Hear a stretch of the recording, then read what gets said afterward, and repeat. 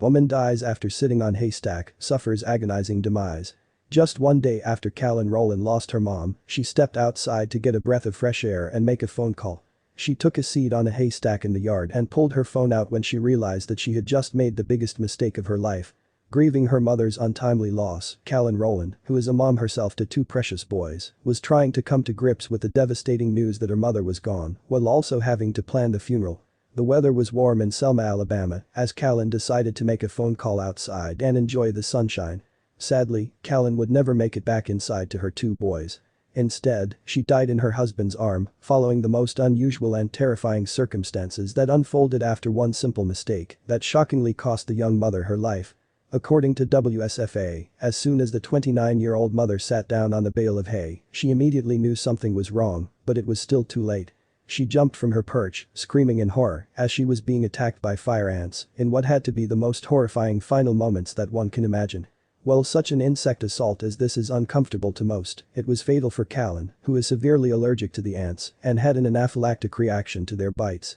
The severe allergic reaction would lead to her untimely death as her airway closed off, restricting her ability to breathe. Losing a mother and a daughter together, back to back within a day, it's a lot for a person to take on. Sheila Rolan, the victim's mother-in-law, explained to a local news station as she recalled her daughter-in-law's tragic final moments.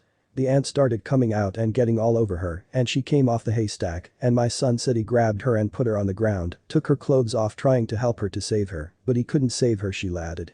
It was too late for Kalyn, who was already suffering her severe allergic reaction to the insects. As the instant allergic reaction set in, Kalyn Rolan began to swell to such an extreme extent that it blocked her airway, inhibiting her ability to breathe.